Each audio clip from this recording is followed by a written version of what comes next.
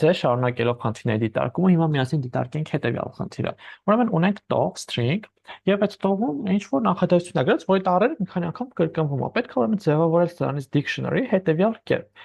Ուրեմն բանալիները լինելու են այս տողի տարերը, իսկ իրանց value-ն լինելու է, թե տվյալ տարը տվյալ տողում քանի անգամ է կրկնվում։ Օրինակ, ունենք good morning իրար կից գրված, ես դիտավորյալ եմ կից գրել, այստեղ կարենք բացադրենք, բալկի space-ը ինքը տարեր համարելու մի քիչ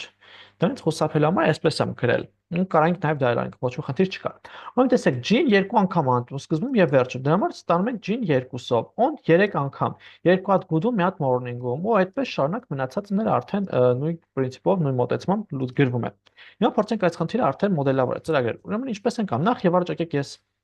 այս string-ը բացայեմ, այս comment-ը, որտեղ իմ string-ը սա է։ Ու դա կարող է նաև ծրագրի աշխատանքի ընթացքում այդ արժեքը որոշի, ոնց նպատակարար, այդպես է վարվեք։ Եվ հիմա պետք է դրա համար աշխատեմ։ Եկեք ուրեմն ստեղծենք մի հատ dictionary, new dict եմ գրում այստեղ կամ կարող գրեմ data, որը ի սկզբանե դատարկա։ Ինչ եմ անում։ Loop-ով պատտվում եմ սրա վրա ամեն սիմվոլ դիտարկելու համար։ Ուրեմն for քանի որ սիմվոլ եմ դիտարկում, sim եմ գրում այստեղ in,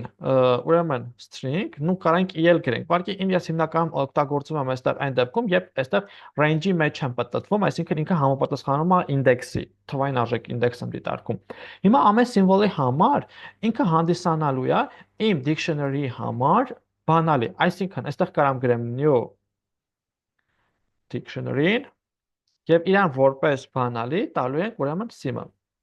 Այսպես։ Իսկ ի՞նչն է լինելու արժեքը։ Արժեքը լինելու է թե այս sim-ը, այդ տվյալ դիտարկվող սիմվոլը մեր string-ում քանի անգամ է հանդիպում։ Իսկ այս process-ի համար կամ օգտագործեմ count մեթոդը։ Այսինքն string-ի վրա եթե ես կանչեմ get count մեթոդը անենք, ըստ այն սիմվոլի, որը տվյալ իտերացիայի ժամանակ դիտարկվում է, այսինքն ըստ sim-ի։ Խնդիրը արդեն լուծված է։ Հիմա եթե ես արտածեմ այստեղ print անեմ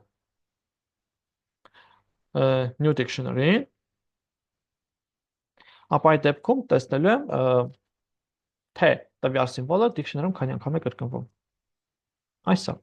Այն ինչ որ ես ուզում եի։ G-ն երկու անգամ է կրկնում, on 3 անգամ եւ մնացածը էլի համապատասխանում է n 2 անգամ։